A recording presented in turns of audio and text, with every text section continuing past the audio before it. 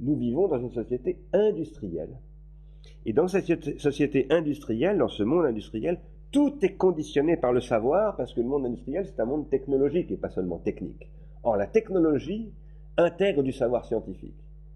S'il est vrai que le savoir scientifique est lui-même soumis au concept platonicien, par exemple le concept de concept, par exemple le concept d'idée, par exemple la question de la proposition, de ce que c'est qu'une proposition logique, ce qui est défini dans le sophiste, etc., alors Platon joue un rôle extrêmement important dans notre existence.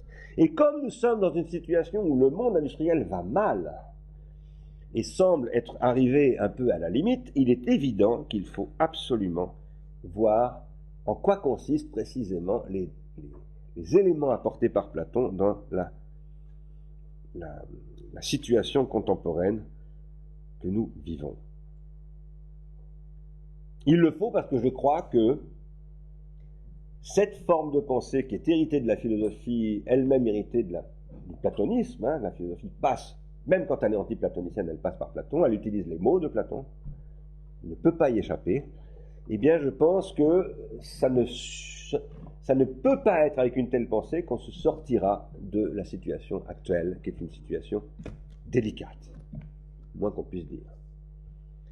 Donc moi, j'essaye de travailler avec beaucoup d'autres, nous sommes des milliers dans le monde à travailler à ce genre de choses.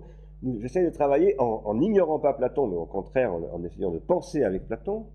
J'essaie de travailler à quelque chose qui n'est plus de l'ordre du platonisme et qui passe à autre chose et qui permettrait peut-être justement de faire une critique de la société industrielle actuelle. Je dis une critique au sens d'Emmanuel Kant, pas pour la rejeter, moi je ne rejette absolument pas la société industrielle, mais pour essayer de penser à un nouvel âge industriel qui reposerait sur une autre façon de penser.